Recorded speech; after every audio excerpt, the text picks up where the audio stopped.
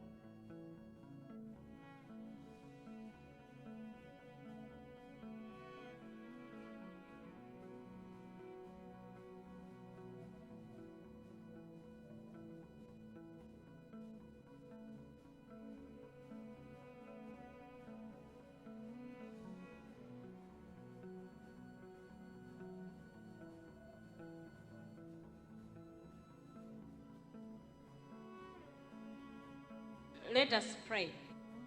Almighty God, who in your wisdom and goodness has appointed the office of the rulers and parliaments for the welfare of society and the just government of the people, we ask you to behold with your abundant favors your servants, whom you have been pleased to call to the performance of important trusts in this land.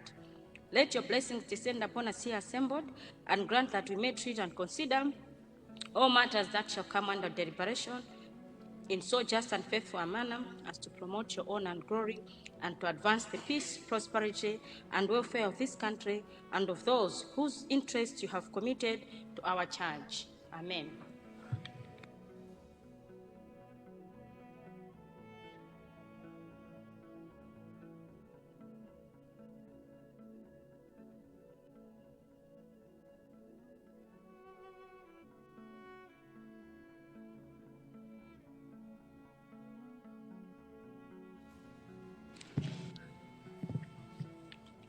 General business, communication from the chair.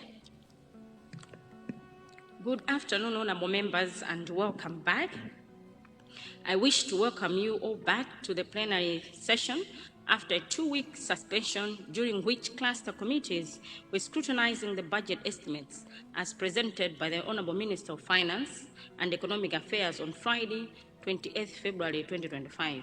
May I appeal to all spokespersons on finance, chairpersons of budget committee, cluster committee chairpersons, and all honorable members who wish to contribute to the debate on the budget estimates to be ready with their responses in order to ensure that the flow of business is not disrupted when your time comes for presentation. As I reported in my initial communication on Monday, 17th February 2025, soon after this communication, the Leader of the House will move a motion to suspend the Standing Order 138, Part 3, to allow debate to take place for 9 days instead of 14 calendar days. This motion will allow the House to pass the budget before the end of this financial year. Furthermore, I wish to inform you that it pleased His Excellency the President, Dr. Lazarus Makathe Chakwera, in exercise of his powers conferred upon him by Section 94(1) of the Constitution of the Republic of Malawi, as read with Section 93(1) of the said Constitution, to appoint into Cabinet the following: Honorable Vitumbiko Mumba, Minister of Trade and Industry; Honorable Peter Dimba, Minister of Labor; and Honorable Baba Stephen Malondera, Deputy Minister of Transport and Public Works. The appointments were effective from 26 February 2025. May I take this opportunity to extend my heartfelt congratulations and wish you success during the entire period you'll be serving the people of this nation. Thank you very much for your attention, and that marks the end of my communication.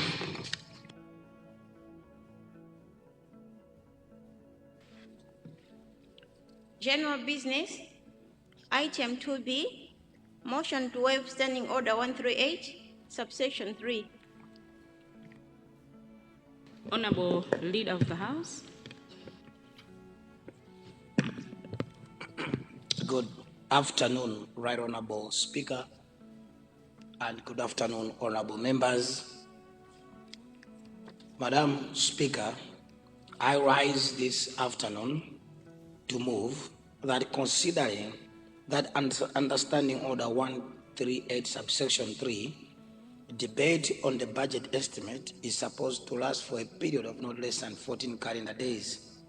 And if the House is to adhere to this law, it will not be possible to pass the budget by 31st March 2025, which is the end of the financial year.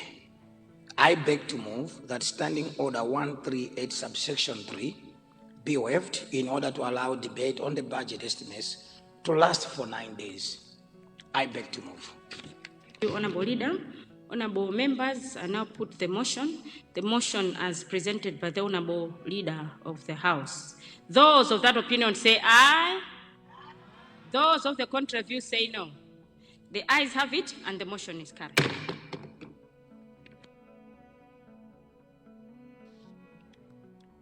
Item 3A, Government Business, Budget Motion.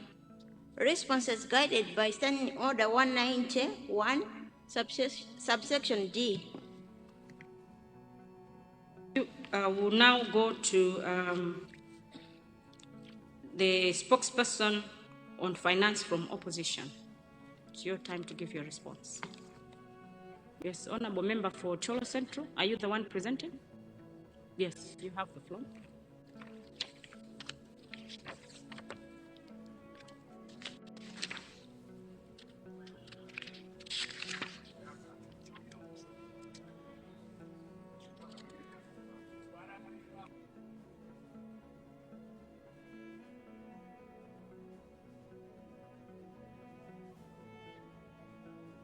And just to remind you that you have 30 minutes.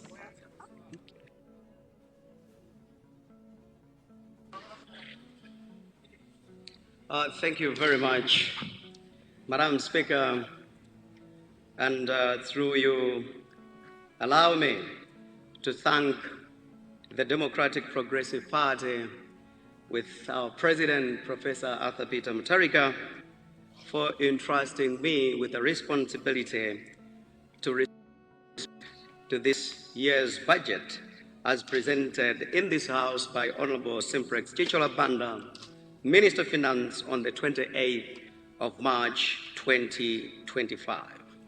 In the same vein, allow me to thank the spokesperson on finance, Honorable Joseph Manamveka, for indeed entrusting the people of Cholo Central on the same.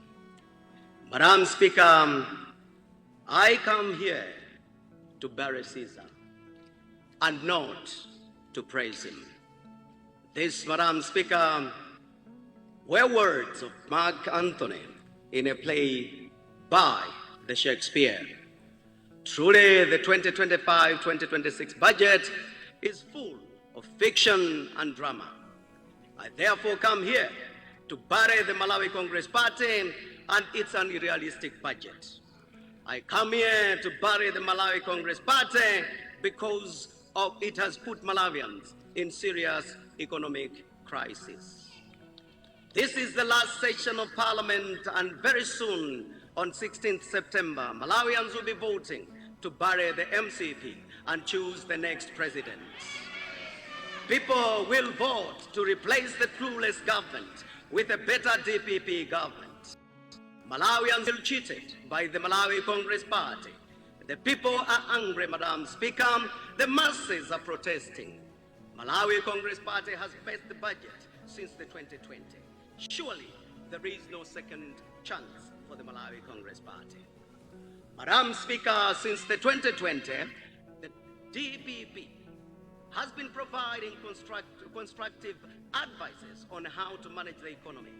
But sadly, the Malawi Congress Party has chosen not to listen. The Malawi Congress Party opted to run the economy on their own MCP way. They deployed the new economic theory called the SOSISA, which was, and I believe, shall remain the most meaningless economic theory ever lived. It is this economic theory, Madam Speaker, which has resulted in the Malawi's debt skyrocketing from 4.4 trillion in 2020 to today's 16.8 trillion, with nothing to show on the ground. No wonder, Madam Speaker, Malawians from all walks of life are suffering. Malawians are crying.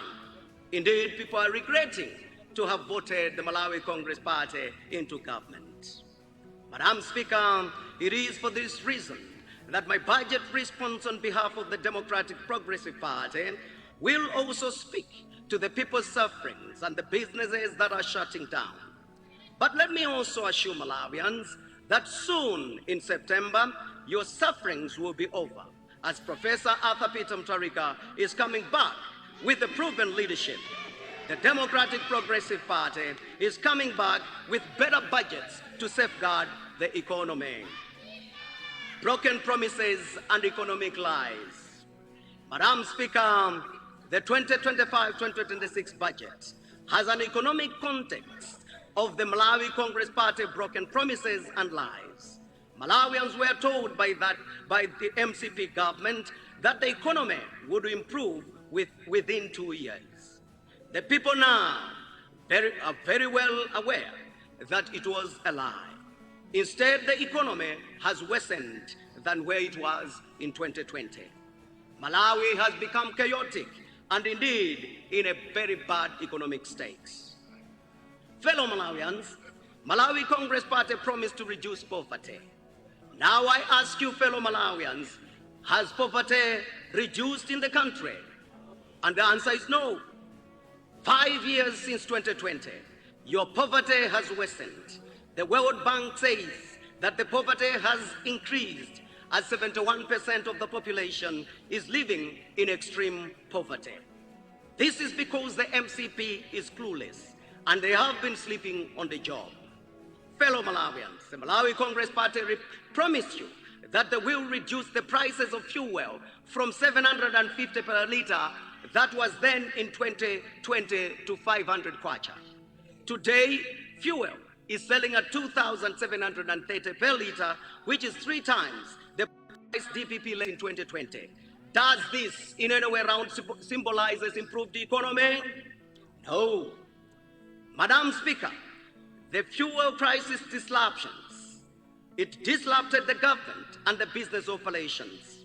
The fuel crisis created uncontrollable corrupt practices as vendors sold fuel at about 10,000 kwacha per litre.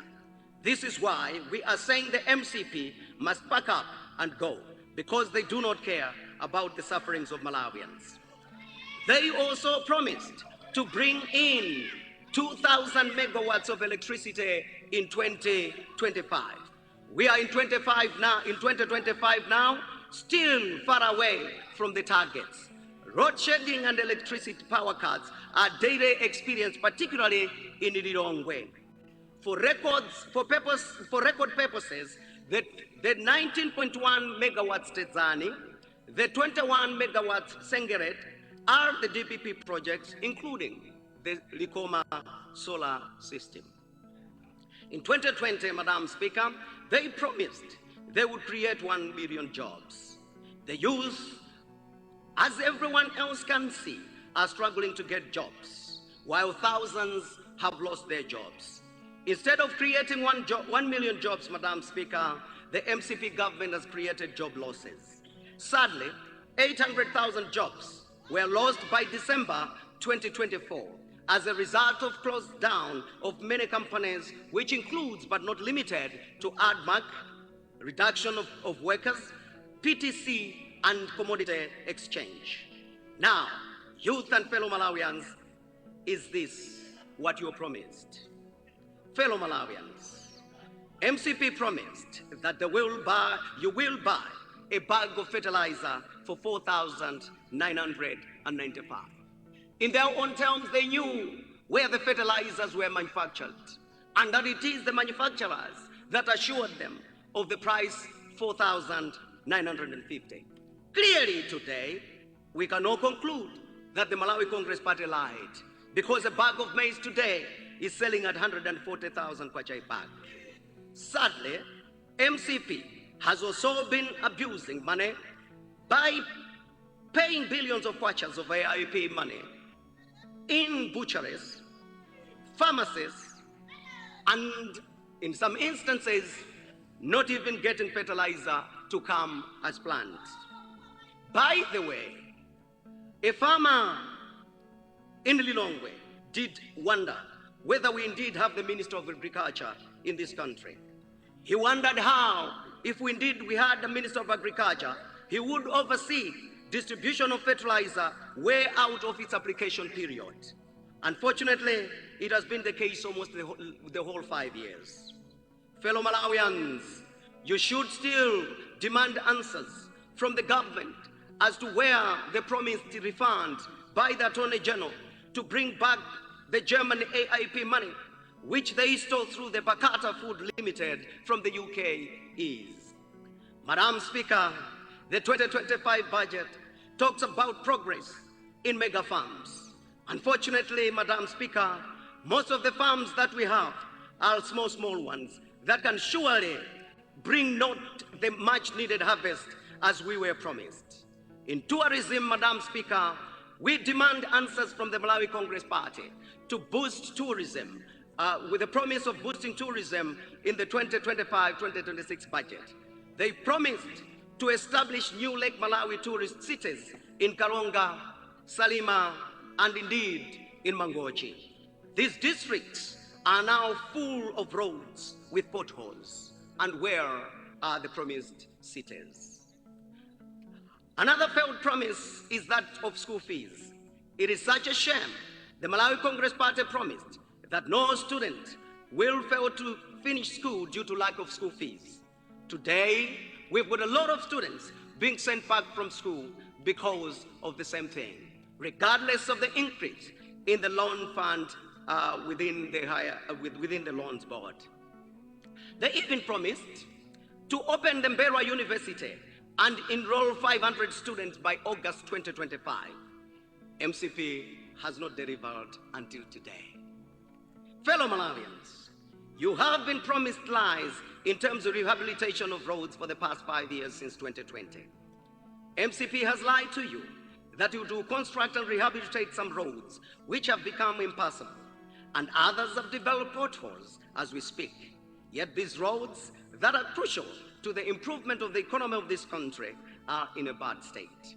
Imagine, Madam Speaker, MCP found the two toll gates, Karieka and Chingen, in operation with clear vision to use the funds for the dualization of the Lilongwe Blantyre Road. But 5 years down the line, nobody knows where the money collected has gone, as the road is now a death trap, as if it's not collecting any revenue. Another example, Madam Speaker, Chiweta Road in Rumpi is totally neglected. Madam Speaker, they promise the rehabilitation of the rail from Malacca in Sanje. I am here to report that the progress is at a very snail's pace, whilst costs are being inflated. Unfortunately, there are people milking from this very same project. Weak state of the economy. Madam Speaker, let me now turn to the weak state of the Malawi economy. Fellow Malawians, see how the Malawi Congress Party found a functioning extended credit facility, ECF. The program with the IMF, which the DPP left functioning in 2020. They have destroyed the IMF program, and we are out of target. We will no longer have the IMF program. It is pathetic that they cannot even finish a 1-year successful implementation. What you did is very treasonous and criminal. Malawians are suffering today because of you. Let me advise my fellow politicians that you can do propaganda with any other subject you want, but not with the economy. At the IMF, there is no DPP government. Neither is there the Malawi Congress government. What is there is the Malawi government. Therefore, when you want to play around, you do not play around with the economy of the country. Fellow Malawians, you know that this country is now on autopilot, and it is on a dangerous path of declining and collapse. MCP promised to improve the economy. Fellow Malawians, has the economy improved as we speak now?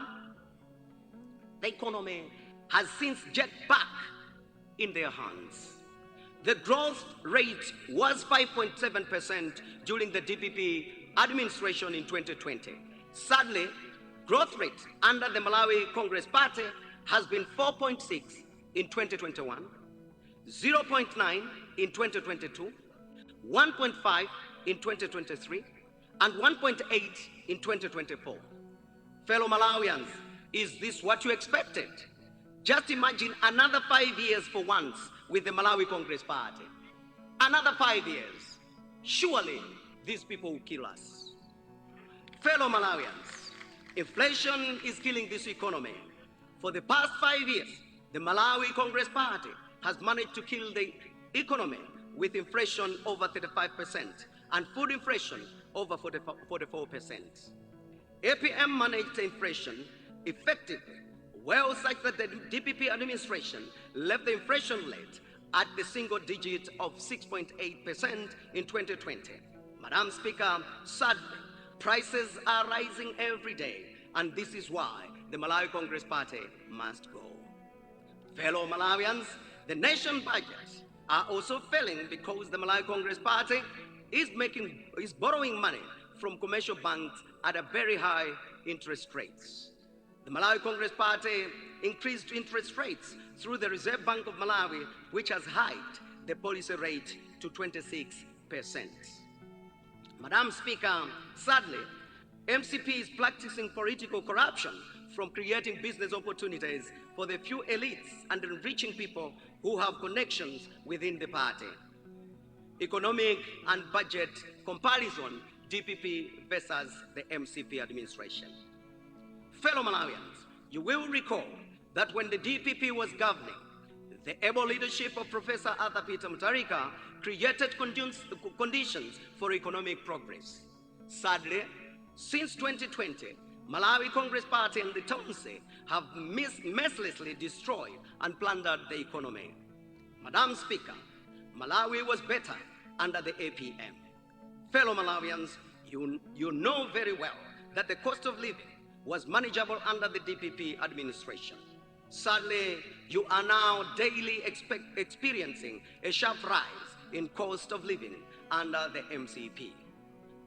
Madam Speaker, the APM administration strengthened public finance management strategies, and this helped to curb abuse of public funds. APM safeguarded against plunder and corruption. Madam Speaker, every Malawian can now see that the economy is in a state of collapse. Fellow Malawians by now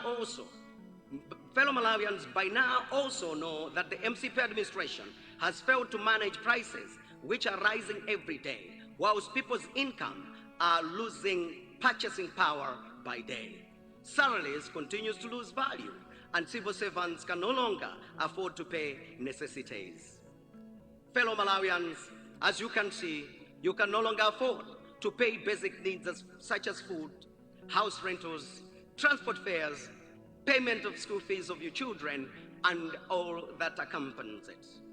You know, fellow Malawians, that the cost of living was better and affordable under the DPP-led government.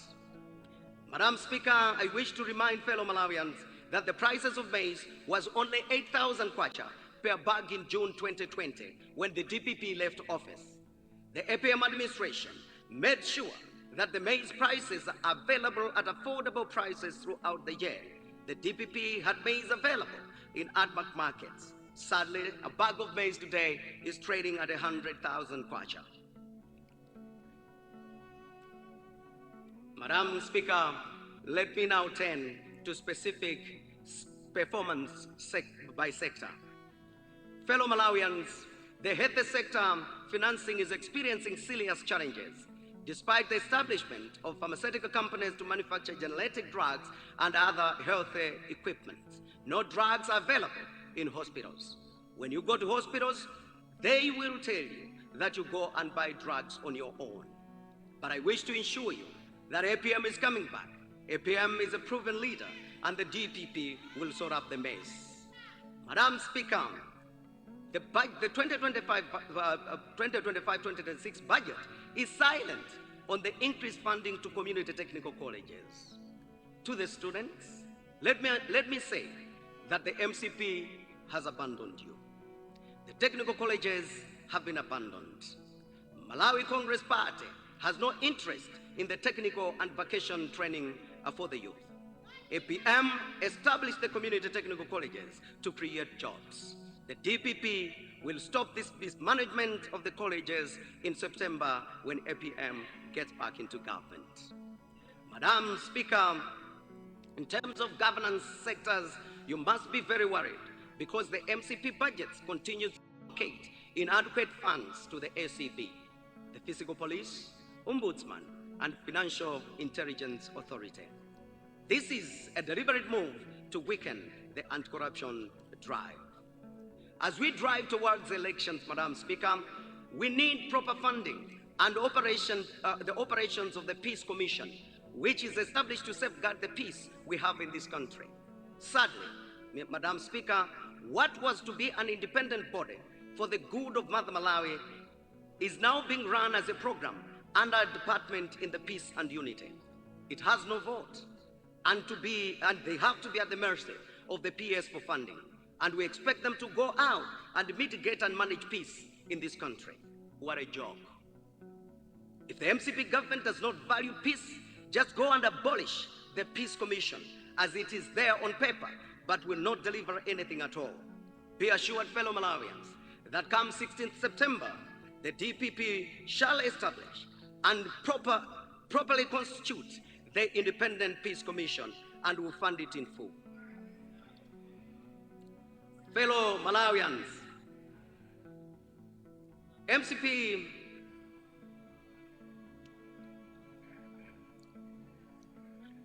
members, order on my right, order please. Unrealistic budget, unrealistic 2025-2026 framework. Madam Speaker, the 2025-2026 budget framework does not inspire hope. It is unrealistic and hard to implement. I can only ask Malawians to be the final judges.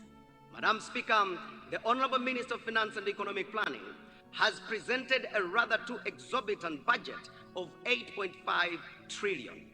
The budget is too ambitious and unrealistic because the revenue generation is too low than even the 5.5 trillion.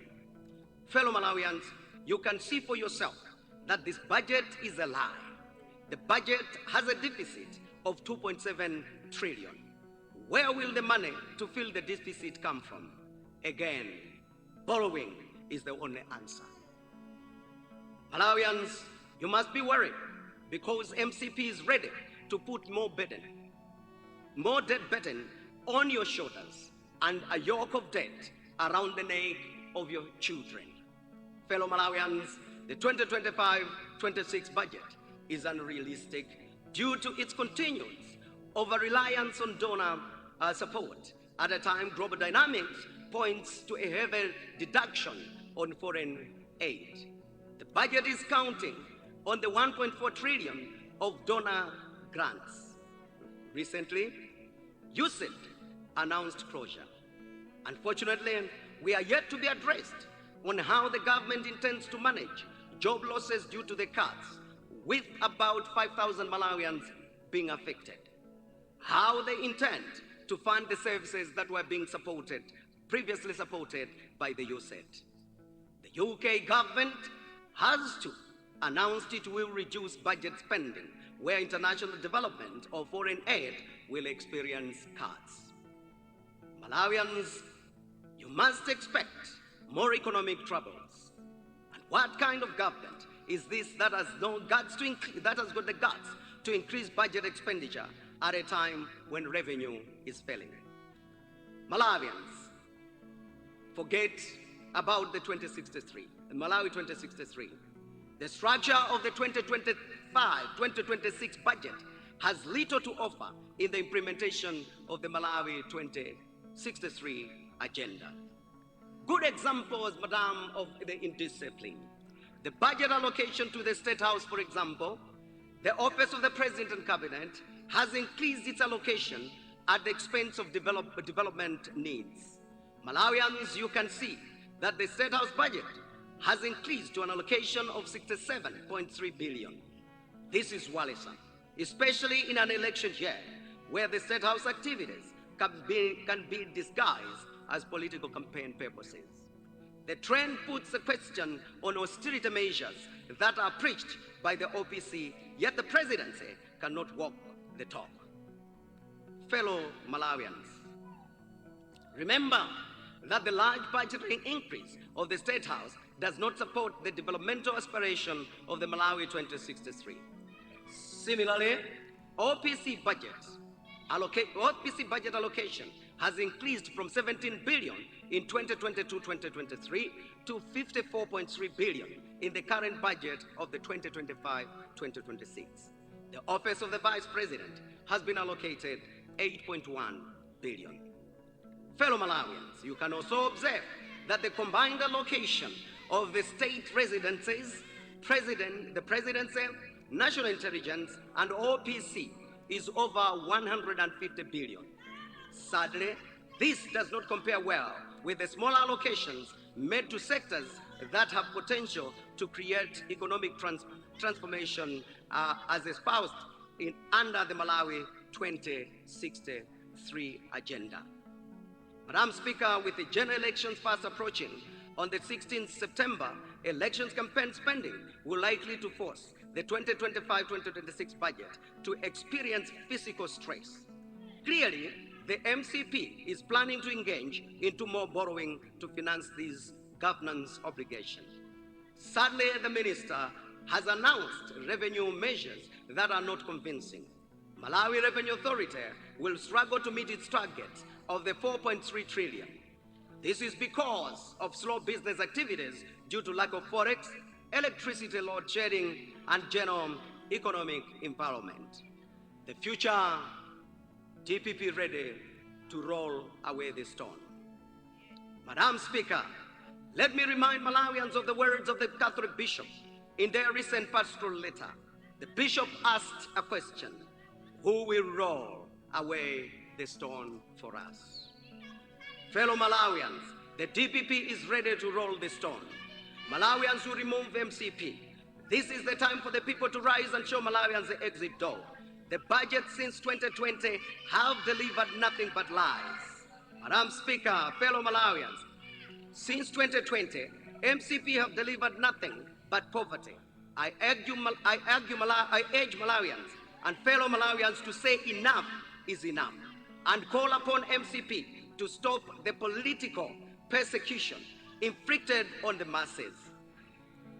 As I conclude, Madam Speaker, I would like to conclude by saying that the 2025-26 budget is a pack of lies and is a heap of senseless physical promises that will again not be delivered. MCP wishes to continue with the physical deceit and budgetary hypocrisy. Should Malawians tolerate this? Certainly no. Fellow Malawians, freedom is coming and is closer than we ever thought. Freedom is coming on the 16th September. APM is the trusted and proven leadership, and DPP will win as predicted by both the Economic Intelligence Unit as well as the Afrobarometer. With these few remarks, I wish to assure Malawians that the Democratic Progressive Party will bring you better budgets that will end your sufferings, and business will wake up again. DPP will stop the rising prices of goods and services and will put the economy back on its shape. Madam Speaker, on behalf of the mighty Democratic Progressive Party, I submit and thank you for the opportunity. Thank you very much, spokesperson from DPP and honorable member for Cholo Central. I now call upon spokesperson on finance from UDF. Honorable Member for Lilongwe City South, were you rising on a point of order? Or you have the floor, Lilongwe City South?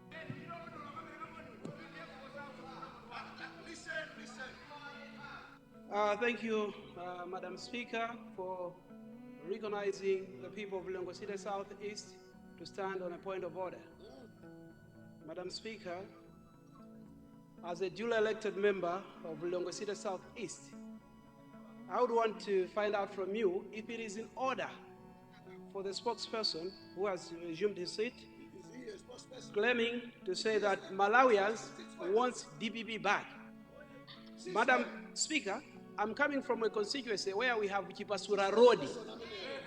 Madam Speaker, even when the contractor was on the site, the road was already outdated. So I wanted to find out which Malawians is he talking about. Today, people are calling names for this government for Chipasura Road when they know that they did a mess up job. So I wanted to find out, is it in order for him to claim to say that Malawians want DPP back when we are struggling from the people that have contributed a lot in the socio-economic development of this country? So I submit. Thank you, Honorable Member for Lilongwe City South East. I think the Honorable Member was speaking on behalf of his own people that he's representing from his side. Thank you. Yes, Honorable Minister of Higher Education. Madam Speaker, thank you for giving me a chance to ask. I just wanted to find out if it's in order for the submission that has been made to come from a person whose government left lots of bills that have been cleared and claim that there will be a solution when they are the fountain of this problem. They are talking of roads. The roads they left are a mockery. They cannot be called roads. And they mustn't be lying to Malawians. They are not a solution. In fact, they are a grievous harm to this nation. They borrowed money saying they will fix Kamuzu International Airport. They didn't do it. And they've not told this nation what they did with that money. So for them to come here, they don't have the moral authority to tell Malawians they are a solution. They are a curse. They are a nightmare we never want to see coming back. They must not come here and tell us that they are going to solve this problem. They caused this problem. They must not come here and masquerade as solutions. They are not solutions. DPP must never be matched together with solutions. They are a menace that Malawi will never ever go through again. Thank you, Honorable Minister of Higher Education. Spokesperson from UDF.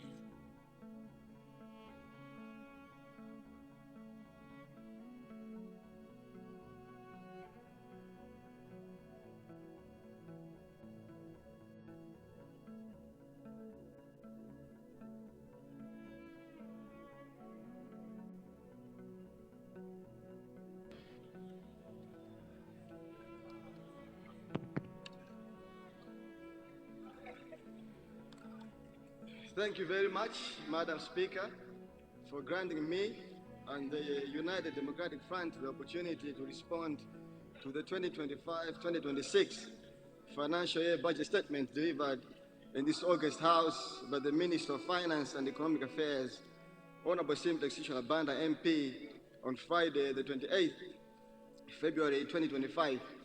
We do not take this opportunity for granted, Madam Speaker. As I proceed, permit me to register my gratitude to my youthful, beautiful President, Honorable Tupele Muluzi, for his selflessness, visionary leadership, and for having an unshakable love and commitment to the fight against poverty for the sole purpose of benefiting the people of Malawi. The UDF would love nothing more than seeing the people of Malawi having money in their pockets and seeing the people of Malawi become rich and financially free. This dream is totally achievable only with the UDF, Madam Speaker. The United Democratic Front has noted with concern critical issues with the 2025-2026 fiscal year budget under the theme Consolidating Gains, Strengthening Resilience and Inclusivity for Accelerated Socio-Economic Transformation. The UDF, having the social responsibility to providing practical and sustainable suggestions to the government on matters affecting our nation, takes this opportunity to propose lasting solutions to navigate the harsh economic challenges.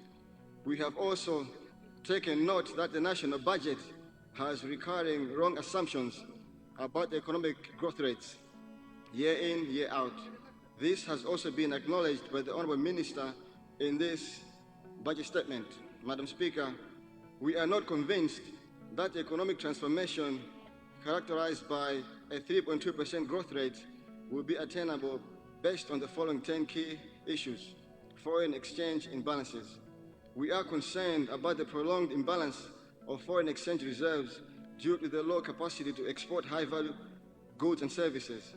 While we appreciate the latest measures taken by the Minister of Trade and Industry, Honorable Vitumiko Mbumba, through the Prohibition Order of 2025 to lower imports of products that can be produced locally, the UDF feels that local producers have neither been capacitated nor incentivized to meet the growing local demand for those foreign goods and services, thereby safeguarding the very local consumers and local industries the government is trying to protect. This may unfortunately lead to escalation in prices as the competition from cheaper and wholesale imports will have been eliminated. We, however, implore the government for enhancing foreign exchange control measures to safeguard the little forex that we have and to deal with the unscrupulous businesses and individuals who are fueling the illegal black market. Number two, unrealistic inflation rate estimates. Madam Speaker, the estimated inflation rate of 24% from the current 32.3% is rather unrealistic given the current high food inflation rate and an uncontrollable pricing regime which has held hard-working Malawians at ransom. The UDF is of the view that the government ought to have focused on addressing high food inflation through enhanced practical agricultural productivity. It is a matter of demand and supply. If maize grain was abundantly available, the food inflation rate would in response decrease. Number three, high borrowing costs. Madam Speaker, the UDF notes that the policy rate has been maintained at 26%, which means that the cost of borrowing remains high. When the UDF was in government, in 2020, the policy rate was not higher than 13.5%. Borrowing was cheap and wealth was well distributed. We should remember that the levels of domestic debt remain high, suggesting that the government has continued to borrow its own resources as well as crowding out the private sector, despite the UDF repeatedly warning the government against these two sins of economics. However, Madam Speaker, Blantyre Mabla constituency, through its social enterprise, Ndirane Trust PLC, has benefited from borrowing from Mike 63 million kwacha at the rate of 11% via the Mega Farm project. Blantyre Mabla constituency's Mega Farm stands to earn approximately a net profit of 500 million kwacha from the sales of the ginger from our 8-hectare farm. Number four, Madam Speaker, small and medium enterprises are hit hardest by these high borrowing costs as they grapple with delayed settlement of their invoices and rely on short-term borrowing to sustain their businesses. The SMEs hold the key to a better Malawi as they employ the largest number of Malawians, have the potential to boost export potential of our nation, thereby implementing the government's import substitution strategy. The challenges faced by SMEs in accessing affordable and on-time financing are rather systematic and require immediate deliberate policy to overcome them. Madam Speaker, we do not want to see a return of the tradition where one has to be assisted, who one is assisted has to be connected to a politician. Madam Speaker, number five, soaring public debt. Madam Speaker, we have noted that the level of public debt remains high and is expected to increase as the 2025-2026 budget has a deficit which will be financed by more borrowing. We acknowledge the efforts and the agreements made to restructure debt. We are, however, worried that the debt restructuring is only a strategy to create more room for more borrowing. The government's appetite for borrowing, we are worried even now that we have been since the dawn of multi-party because the government continues to borrow for consumption rather than for development. We therefore urge the government to use the resulting fiscal relief to allocate more resources towards the high-impact sectors which are crucial in addressing the foreign aid reserve imbalances. Number 6, skilled resource allocation. Madam Speaker, we also note with concern that as a result of inadequate resource allocation towards the high growth sectors of mining, tourism, and manufacturing, non-tax revenues are low at 2.99 trillion. This has caused the government to largely depend on tax revenues, which has overstretched businesses and individuals alike. Number 7, over-reliance on foreign aid.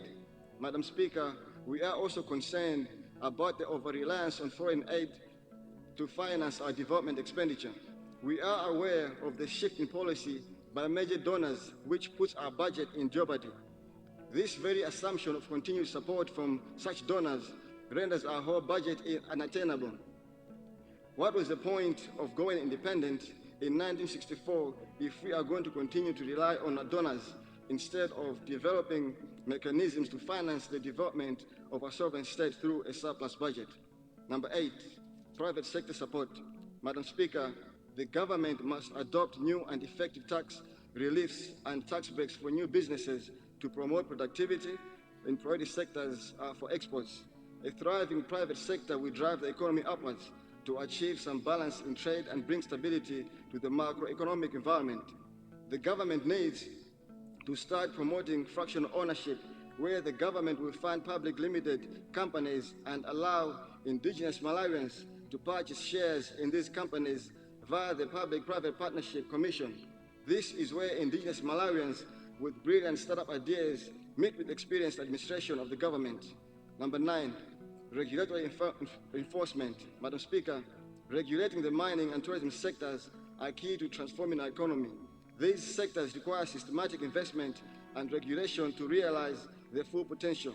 We can no longer celebrate the development of mere policies and strategies as achievements when there is clear potential for these sectors to contribute towards the national purse. The government must begin to invest actively in infrastructure to attract both local and international tourists. Number 10, expenditure control. Madam Speaker, the UDF would like to urge the government to manage the available resources optimally to drive growth and tone down the optimism founded on realistic assumptions, because the budgets we have been making have not been realistic, and we have been implementing wrong budgets all along, and this is illegal. We believe we can achieve real economic transformation through risk-based and patriotic decisions. Number 11, patriotism. Madam Speaker, both the voters who are our employers and we who are their employees lack patriotism.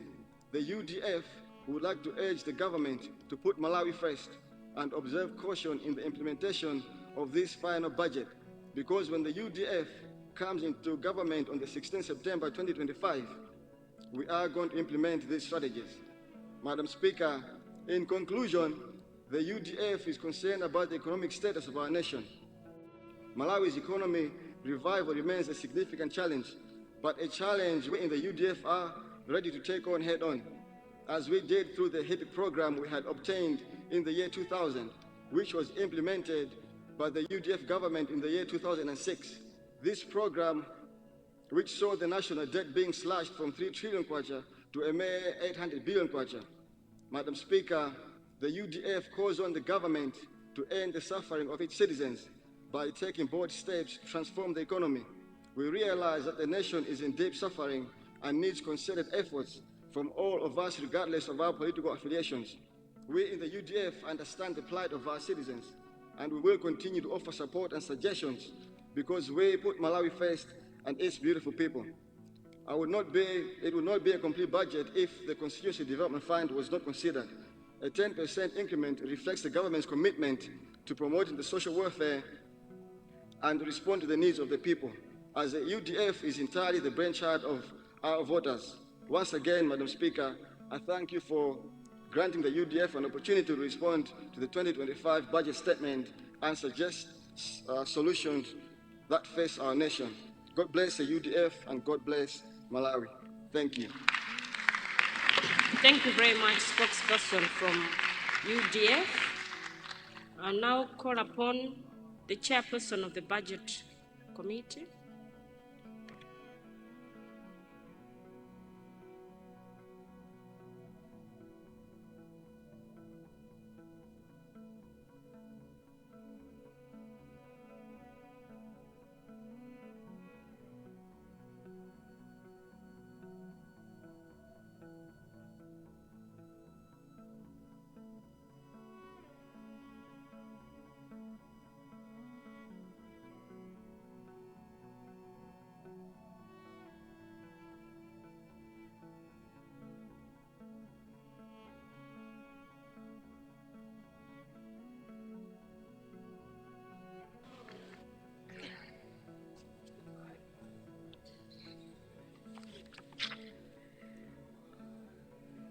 Madam Speaker, I rise today on behalf of the Budget Committee to present an analysis of the 2025-26 national budget that was ably presented by the Minister of Finance on 28 February 2025, and the strategic actions required for fiscal sustainability.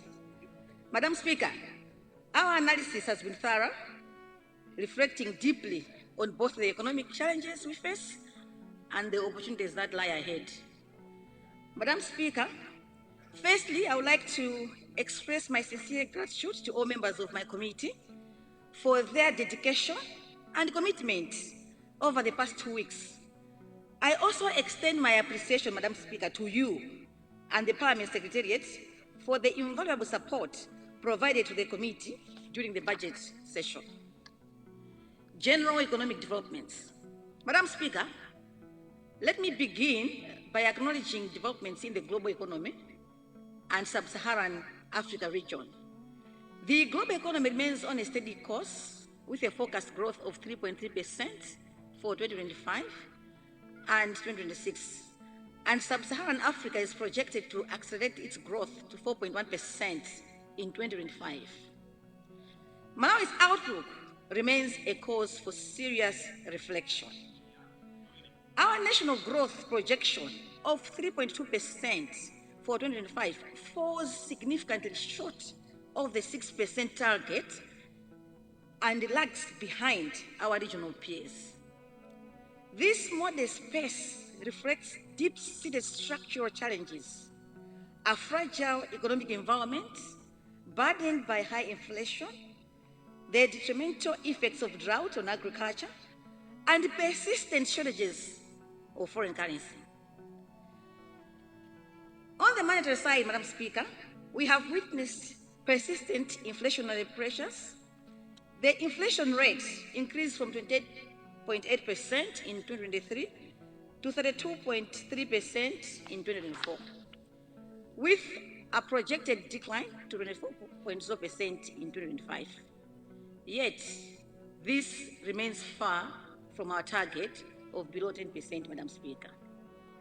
Moreover, the rapid expansion of our monetary supply, growing to 41.5% in 2024, has only compounded these inflationary challenges as it far outpaced the growth of our real GDP. This divergence not only fuels demand pull inflation, but also undermines the credibility of our monetary policy, a matter that demands immediate and disciplined action. Madam Speaker, on the external front, our heavy reliance on tobacco exports and donor aid is increasingly concerning. Although tobacco exports have risen to $45.3 million in January 2025, and donor aid has surged, this dependence exposes us to external shocks. Our foreign exchange reserves have been in steady decline, from $302 million in 2022 to a projected $183 million in 2024, worsening the depreciation of our currency.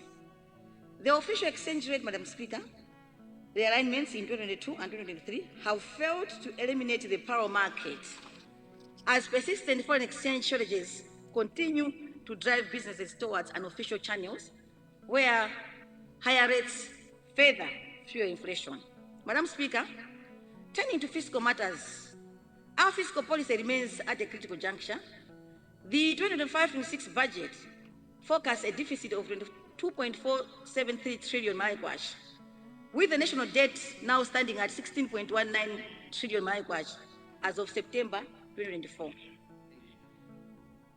These figures not only constrain our ability to invest in much-needed development projects, but also elevate the risk of fiscal instability. Madam Speaker, the current state of our economy, though unfortunate, is not shocking. The committee has repeatedly highlighted persistent economic challenges, yet these issues continue to undermine our fiscal stability. There is growing concern over whether the proposed fiscal policy measures will sufficiently address the root cause of our financial distress, particularly the unsustainable levels of debt that continue to burden our nation. The failure to curb our borrowing appetite, even as government expenditures rise, is a matter of serious concern. Madam Speaker, furthermore, the lack of coordination at the national level continues to hinder effective economic management and growth. Since the launch of the Mega Farms project in 2022, its tangible achievements remain unclear. Yet in 2025, we still find ourselves allocating funds for maize imports, and similarly, universities such as Luana and MAST have been actively engaged in research on the local manufacturing and inorganic fertilizer. However, as a nation, we have done little to support such initiatives, despite their potential to reduce reliance on imports and ease pressure on our limited foreign exchange reserves. Madam Speaker, one of our greatest weaknesses has been our failure to address urgent matters with the necessary sense of urgency. Allocating resources to well-structured projects with clearer timelines, particularly those that directly combat hunger and reduce import dependency in the short term, would have been a more strategic approach while working towards a long-term solution. Unfortunately, as a nation, we have struggled with a lack of focus and frequently misplaced priorities. Madam Speaker, our resource envelope is already small, yet we continue to spread ourselves too thinly across too many initiatives without tangible results. It is imperative, Madam Speaker, that we take a more disciplined and strategic approach to resource allocation, focusing on initiatives that yield meaningful outcomes for our people. It is only through such decisive action that we can place our economy on a sustainable path and secure a better future for our nation. Now, Madam Speaker, allow me to provide an analysis of the performance of the 2024-25 budget. Madam Speaker, the committee reviewed the, let me take that again, Madam Speaker. Madam Speaker, the committee's review of the 24-25 budget performance reviewed a revenue shortfall, with total revenue and grants expected at 4.351 trillion Malawi kwacha, falling short of the revised estimate by 5.93%. This shortfall is largely attributed to an 8.3% underperformance in tax revenues, which fell to 71.2 billion Malawi kwacha, below the revised budget target. On the expenditure side, Madam Speaker, the committee noted that the 2024-25 preliminary expenditure outturn of 6.14 trillion Malawi kwacha exceeded the mid-year revised budget by 103.73 billion Malawi kwacha, representing a 1.7% of our expenditure. Notably, Madam Speaker, the preliminary outturn for elections-related expenses was 94.5 billion kwacha, which is 53.7% higher than the revised budget provision of 61.5 billion kwacha. While the committee appreciates the fact that electoral activities are crucial and time-bound, it is not impressed with such magnitude of cost escalation. Electoral calendar activities are foreseeable and should have been adequately provided for even during the mid-year budget review. Madam Speaker, the revenue underperformance and expenditure overruns has resulted into a budget deficit increasing by 379 billion Malawi kwacha from a revised estimate of 1.414 trillion Malawi kwacha to 1.793 trillion Malawi kwacha preliminary outturn. This shortfall has been financed through domestic borrowing, further worsening the country's already fragile debt position and undermining fiscal sustainability. The committee reiterates the urgent need for fiscal prudence, strict expenditure controls, and prioritization of resources. Furthermore, the committee underscores the need to strengthen domestic revenue mobilization by conducting a thorough review of the domestic revenue mobilization strategy. Enhancing efficiency in revenue collection is crucial for reducing reliance on debt financing and improving fiscal stability. Madam Speaker, I will now turn to the committee's analysis of the 2025-26 proposed budget. Madam Speaker, government has prepared the 2025-26 budget with the expectation that it will collect total revenues of 5.578 trillion Malawi kwacha during this period. This represents a 28.2% increase from the 2024-25 revised estimate of 4.351 trillion Malawi kwacha. Of the projected total revenues, 79.5% are domestic revenues, while 20.5% grants. Domestic revenue is expected to reach 4.435 trillion Malawi kwacha, covering only 51.1% of total expenditure. Alarmingly, domestic revenue will only finance just 73% of recurrent expenditures, meaning essential obligations such as wages, interest payments, and social benefits will rely either on external grants or borrowing, posing serious fiscal sustainability risks. Despite the 8.3% underperformance, tax revenues are projected at 4.329 trillion Malawi kwacha, a 32.9% increase from the revised estimate. The committee calls the government to explain the strategies that have been put in place to realize this optimistic projection. Madam Speaker, non-tax revenue estimates are pegged at 106.018 billion kwacha. The committee observed that the contribution of non-tax revenue to total revenue contributes to record subdued values, putting more pressure on tax revenue as the main source of revenue. This underscores the continued need for reform in this area to improve revenues collected. The committee acknowledged the government's efforts to digitize payments and will continue to monitor its realization. Grants, Madam Speaker, the committee observed that are projected to decrease by 7.78% from the likely outturn of 1.250 trillion Malawi kwacha in 2024-25 to 1.142 trillion Malawi kwacha. This decrease is largely driven by a drop in commitments from international organizations. The committee is also concerned about the recent volatility in foreign financing, with some donors, such as USAID, having already withdrawn funding. These donors have historically supported critical programs, particularly in the health sector. The committee therefore seeks an update on the government's strategy to mitigate the impact of aid withdrawal and ensure the continuity of essential services. Before I move to expenditure projections, Madam Speaker, allow me to provide the committee's analysis of the new tax policy measures. Madam Speaker, the Honourable Minister announced a number of tax measures, specifically income tax measures. The reduction of corporate income tax for foreign incorporated companies from 35% to 30% may attract foreign investment, but is likely to reduce tax revenue in the short term, raising concerns about fiscal sustainability. VAT adjustments. Removal of VAT on bread, buns, and confectionaries is expected to ease financial burdens on households. The committee urges strict enforcement to ensure that price reductions are reflected at the consumer level.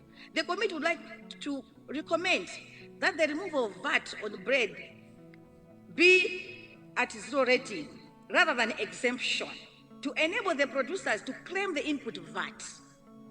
Further to this, lessons must be learned from the cooking oil VAT removal, where prices continued rising due to production cost factors, limiting consumer benefits while reducing government revenue.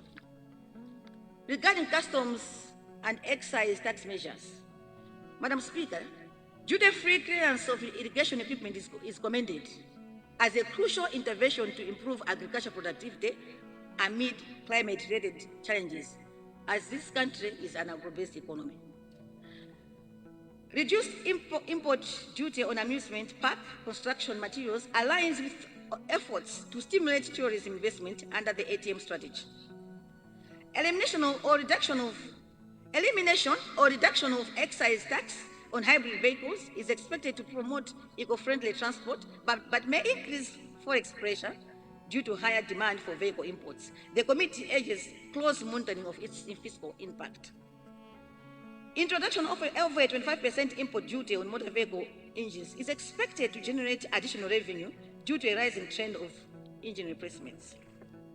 Higher excise tax on e-cigarettes, 20%, and plastic bags from 10% to 250% saves more as a restrictive environmental and public health measure than a revenue-generating tool. Removal of duty-free clearance for COVID-19 products is aligned with global health developments and is not expected to significantly impact revenue. The committee acknowledges the rationale behind these tax measures, but urges the government to ensure that revenue-enhancing strategies are strong enough to offset potential losses in the short term. Proper enforcement and close monitoring will also be essential to ensure intended benefits rich consumers while maintaining fiscal sustainability. I will now discuss, Madam Speaker, the total projected expenditure for 2025-26 financial year. Madam Speaker, expenditure in the 2025-26 proposed budget continues its upward trajectory. It is poised to increase to 8.1 trillion from a 2024-25 revised estimate of 6.1 trillion Malawi kwacha, representing an increase of 2 trillion Malawi kwacha. In contrast, revenues are proposed to only grow by 952.21 billion Malawi kwacha. This implies a widening fiscal gap and further worsens an already unsustainable debt burden. The committee therefore reiterates the urgent need for fiscal discipline, prioritization of expenditure, and enhanced revenue generation to ensure long-term sustainability. Madam Speaker, recurrent expenditure is projected at 6 trillion kwacha, now accounting for 75% of the total budget, up from 73.6% in 2024-25. Compensation to employees and interest payments have continued to claim a significant part of the recurrent expenditures. The committee's analysis revealed that mandatory expenditures continue to erode fiscal space for productive and social sector spending. This underscores the urgent need for prudent expenditure control. Madam Speaker, wages and salaries are set to increase by 256.34 billion kwacha, 20.08%, to 1.533 trillion Malawi kwacha. This includes 10 billion for recruitment and 176 billion for Malawi kwacha for salary increments. Given the rising wage bill, the committee seeks assurance from the government that all salary adjustments are fully budgeted for to prevent mid-year financial pressures. Public debt interest, Madam Speaker, payments are projected to rise by 715.816 billion kwacha. That's for 9.2% to 2.172 trillion kwacha, consuming 27% of the total budget. This further erodes fiscal space and diverts funds from productive sectors. The committee's scrutiny of interest payments reveals that domestic debt continues to place a heavy burden on the budget. Domestic debt payments are projected at 2.11 trillion kwacha, accounting for 97.2% of the total debt charges, and an increase from 94.5% in the previous financial year. And finally, Madam Speaker, the proposed debt financing for the 2025-26 financial year is poised to worsen the situation, as domestic borrowing is expected to finance 94.1% of the total budget deficit, up from 89% last year. It is projected to increase by 1.109 trillion kwacha, from 1.218 trillion to 2.237 trillion. Madam Speaker, besides unsustainable debt charges, domestic borrowing has contributed to increased money supply, which contributes to worsening inflation. The committee has repeatedly declared this feature's trend and calls the Minister of Finance and Economic Affairs to provide detailed debt management strategies with clear and actionable timelines being implemented to restore fiscal stability. Madam Speaker, development expenditure is projected at 2.02 trillion, a 27.1 increase from the 24-25 revised estimate of 1.624 trillion kwacha. The committee recalls that in 2024-25 development allocations were revised downwards due to contractual challenges. The minister must outline measures to prevent similar setbacks and ensure timely project implementation.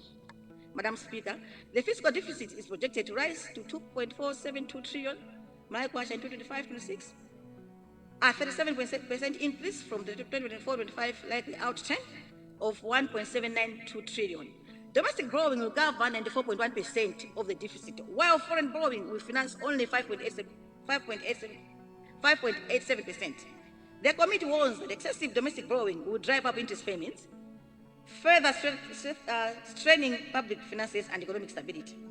Furthermore, Madam Speaker, the budget overlooks key expenditures, including CDF, MP's loans, personal emoluments, for 36 additional members of parliament, resulting from increased number of constituencies which remain unfunded. This omission will likely widen the fiscal deficit at mid-year. The committee urges the government to incorporate these allocations upfront for a more accurate fiscal outlook.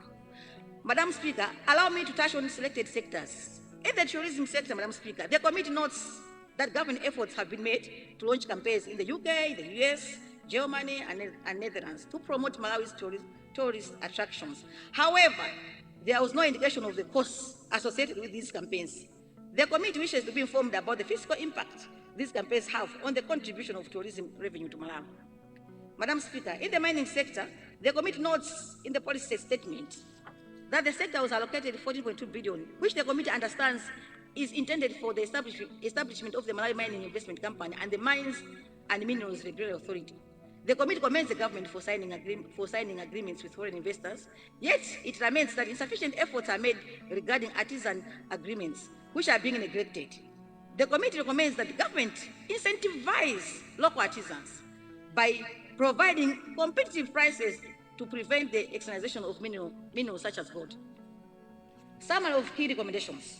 Madam Speaker, as I conclude, I would like to emphasize the committee's key recommendations for the 2025-26 budget.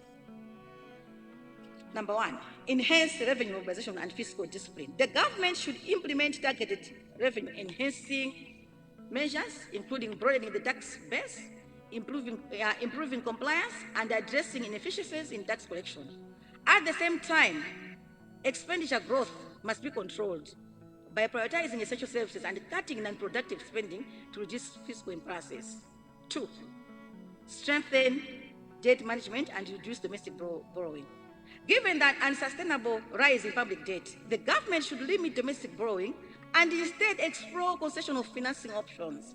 It must also implement a clear debt repayment strategy to prevent excessive interest burdens from crowding out critical expenditures. Number three, improve budget transparency and accuracy. Future budgets must include all anticipated expenditures from the outset, such as provision of the newly elected members of parliament and other statutory obligations. This will prevent mid-year budget overruns and ensure a more accurate fiscal outlook. Four, monitor and enforce tax policy adjustments. The government should establish a strict monitoring mechanism to ensure that tax exemptions, such as the removal of VAT on bread and buns, result in actual price reductions for consumers. Additional revenue impacting tax incentives, like corporate tax reductions, should be reviewed periodically to assess their effectiveness in stimulating investment without compromising revenue collection. Five, as a measure to enhance revenue generation, the committee calls for continued government support towards the Malawi Revenue Authority. The government should prioritize funding towards ICT infrastructure, purchase of new scanners, renovations of offices, and also construction of some staff houses. Six, strengthening fiscal policy and debt management. The committee urges the government to strengthen fiscal policy by curbing excessive expenditures, prioritizing investments in revenue generation, and implementing prudent debt management strategies to ensure fiscal sustainability. Seven, improve cash management and prioritization of funding. The committee urges the government to improve the cash management system to align with the various activities of MDS. Essential and productive activities need to be well prioritized to ensure effective implementation. 8, enhancing budget flexibility and fiscal space. Given the rising share of statutory expenditures, the committee emphasizing the need for prudent expenditure controls and effective debt management to preserve fiscal space and maintain budget flexibility for productive and social sector allocation.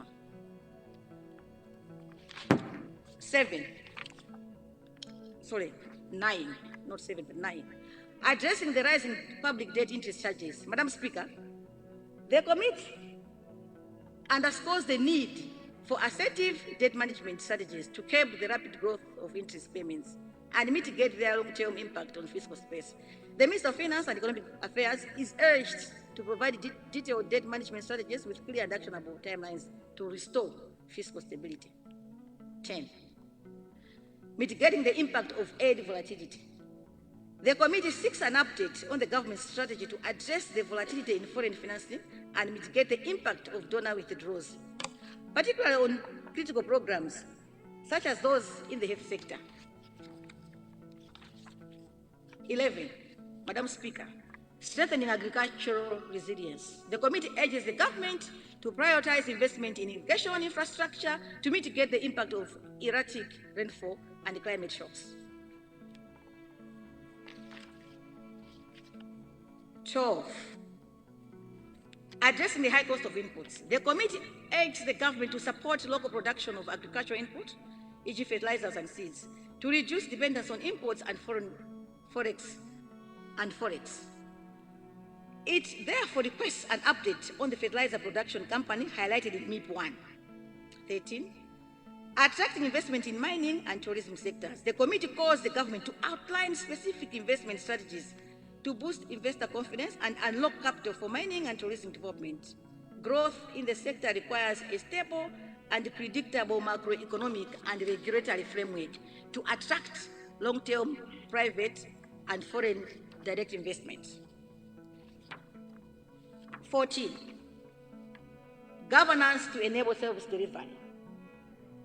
Two of the conditionalities of for JSID funding are: 1, that government is going to disperse DDF in full to local authorities, and 2, that DDF allocation is increased by the CPI each year. It is on these conditions that the committee urges that the 7.6 billion DDF allocation be ring-fenced and dispersed in full to unlock the JSID funds. 15. In conclusion, Madam Speaker, as we stand at this critical economic juncture, it is imperative that we move beyond rhetoric and take decisive action to address the deep-seated fiscal and structural challenges facing our nation. Madam Speaker, the choices we make today will determine whether Malawi embarks on a path of sustainable growth or continues to struggle under the weight of rising debt, inflation, and economic uncertainty. Madam Speaker, the Budget Committee remains committed to ensuring fiscal prudence, transparency, and accountability in the management of public resources. We urge the government to heed these recommendations, take bold but responsible policy decisions, and implement targeted reforms that will stabilize the economy, enhance revenue generation, and prioritize investments that yield tangible benefits for all Malawians. Let us work together with urgency, discipline, and unwavering commitment to securing a stable and prosperous future for our nation. Madam Speaker, on this note, I wish to thank you and the House for your attention. I thank you. Thank you very much, Chair Budget.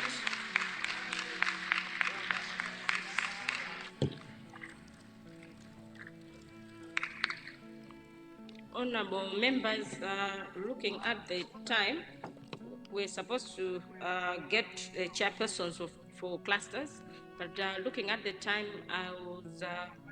I want to suspend the House to go for health break, and the chair for health are here. You ready?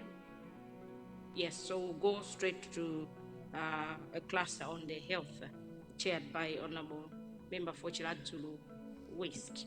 And hopefully the other chairpersons are also looking at their reports just to make sure their reports are ready. Honorable members, it is 27 minutes past 3. I now suspend proceedings for health break. We shall resume sitting. Before I do that, sorry, I had an announcement. We have visitors in the visitors gallery. These are Pastor Zulu and Evangelist Daudi. They are visitors from Mtiliza Ward, Lilongwe City West constituency, belonging to Honorable Commissioner Zulu. Can you please stand so that we welcome you in the House? Most welcome, Pastor and Evangelist. Welcome to Parliament of Malawi.